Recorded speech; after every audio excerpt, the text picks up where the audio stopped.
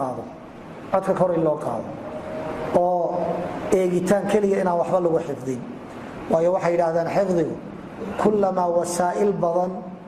ay kulansato xifdigaasi waa ka badan yahay qofku hadduu wixii akhrinayo dhegtana uu ka maqlayo si dhaqsaaba uu xifdinaya laakiin isho kaliya hadduu ka eegayo waxa laga yaabaa hore inaan uu qaban isha haddaanu ka arkay laakiin dhegtoo kaliya uu ka maqlayana waxa laga yaabaa hore inaan uu qaban laakiin isha iyo dhegtu haddii ay israacaan wixiina isha lagu hayo oo la arkayo dhegtana laga maqlayo oo cod la maqlayo ama wax duuban la dhageysanayo taa xifdigeedu waxa weeye waa fiicnaanaya ama waa hagaagaya culimadii horena waa sheegeen oo waxay yiraahdeen innamaa laka min riwaayatika maa addaa basaruka ilaa qalbi wixii maqalkaaga ku dhacay aragaaguna uu arkay ayuunbaa waxa weeye kuu hadhaya oo xifdi ku noqonaya waxaa ka mida walaalayaal wasaaisha waxaa ka mida qofku markuu wax xifdinayo nafta inaan la khasbin lagu sandullay adoo hamaansanay oo 12kii habeennimo la gaadhay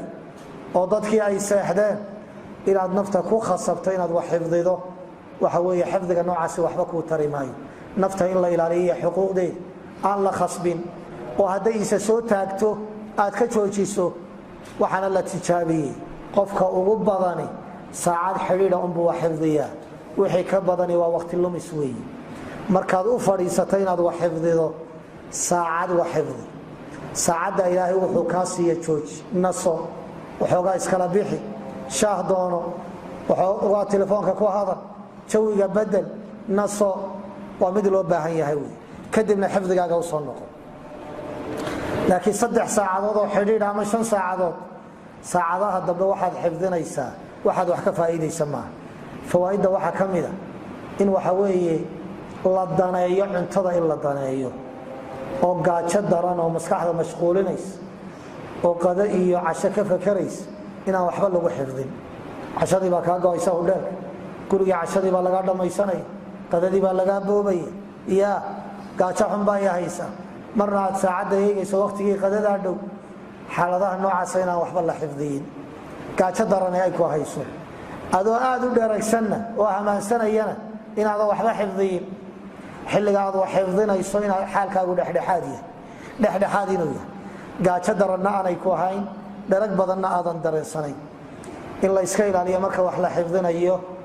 waxyaabaha dhanaan in laga fogaado dhanaanka in laga fogaado macaanka in la badsado العسل والزبيب يحفظ بينهده والخل والتفاح ينسي والتفاح والخل ينسي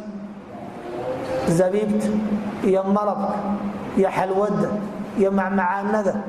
حفظك يوفي عنته نفتنا دواء نفتنا وجعشا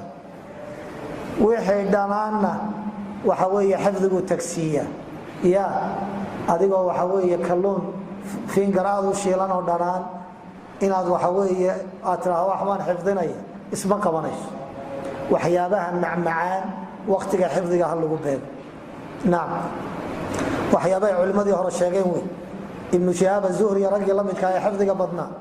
waxyaabaha kaashanaya waxa kamid ah zabiibta ayaa kamid ah marka cuntaduna waa muhiim saaman bay ka qaadataa xaaladaadu sida ay tahay iyo waxa aad cunaysa intaba waxa kamid ah culimadii shanaaqidada maxamed al-amin al-shanqiti culimadii shanaaqidada kamida ciyaalkiisu markay wax xifdinayaan hadduu arkay iyagoo garoor cabaya ama ciyaar